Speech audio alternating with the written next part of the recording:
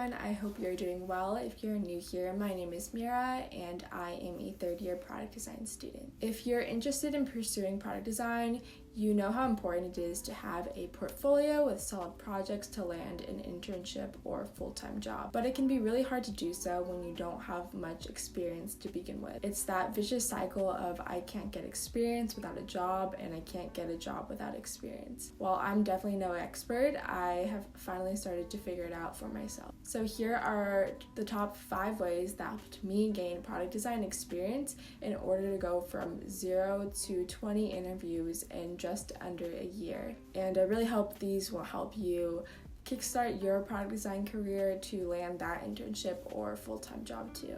So the first way to start gaining product design experience, especially if you're totally new to the field, is to solidify the fundamentals by taking a course.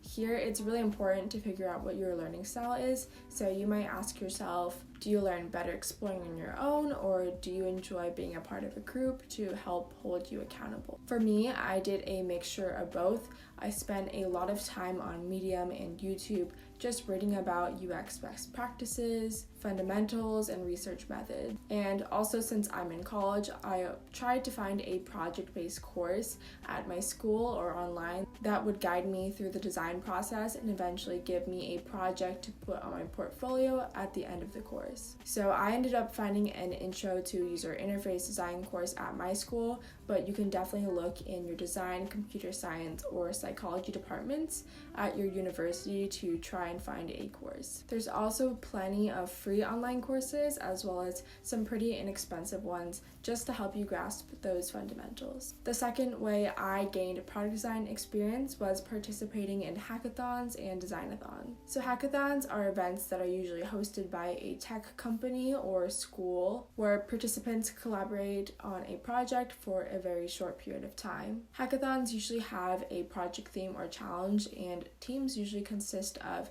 developers, engineers, and designers. I think hackathons are a great way to learn how to navigate tight time constraints, as well as gain experience working with developers and engineers. This is definitely key because in my experience when interviewing for internships, companies really love seeing that you've worked with other cross-functional team members as well as learned how to hand off your designs to be implemented. Hackathons used to be hosted in person and they were huge events, but actually because of the pandemic, a lot of them are now remote, which is a good thing because they are a lot more accessible to people who don't go to those universities or are not in the area of the hackathon. So you can search up hackathons at your college, but also at other universities, and usually they're free to sign up. Some events I've actually found more helpful than hackathons are designathons or design jams, and these are very similar to hackathons, but are usually much more design focused, and the end result is usually just an interactive prototype versus the actual design developed.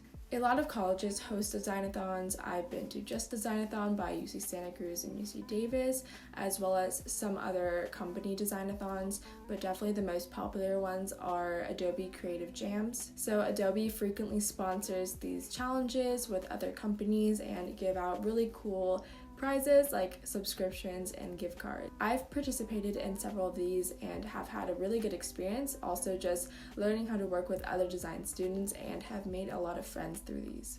Designathons also teach you about how to work with other designers and kind of navigate when your opinions may clash, and I think they teach you a lot more about visual design, interaction design, and prototyping skills too. So next time an interviewer asks you to tell them about a time you worked with a group or faced really tight constraints, I think that talking about a designathon or a hackathon is a really great example. The third way to get product design experience is to start a personal project or passion project. Personal projects are a great way to get experience going through the entire design process and really strengthening your product thinking, interaction design, and visual design skills. Personal projects are great because they give you a chance to work on problem spaces and projects that you're genuinely interested in and are passionate about, which companies definitely appreciate. A con of personal projects are you do have to keep yourself motivated and navigate it on your own, but in my experience, I've always seen my personal projects be my best work because I was really invested in them and tackled complex problems. And if you want that extra accountability, you can find a partner to work on a project together, or you can just find an accountability buddy where you're working on your separate projects but are checking in constantly to make sure that you're on top of things and have those milestones. The fourth way to get product design experience is to join a school organization or consultancy. So a lot of colleges have organizations or consultancies where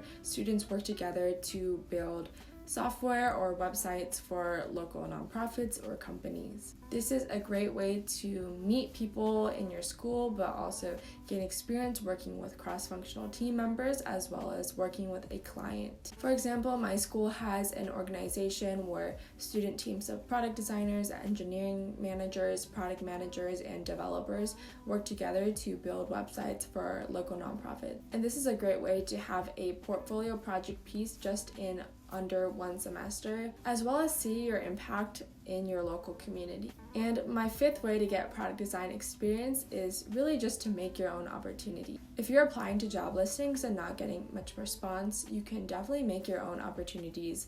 And it's important to realize that there are so many other ways to gain experience besides a formal internship.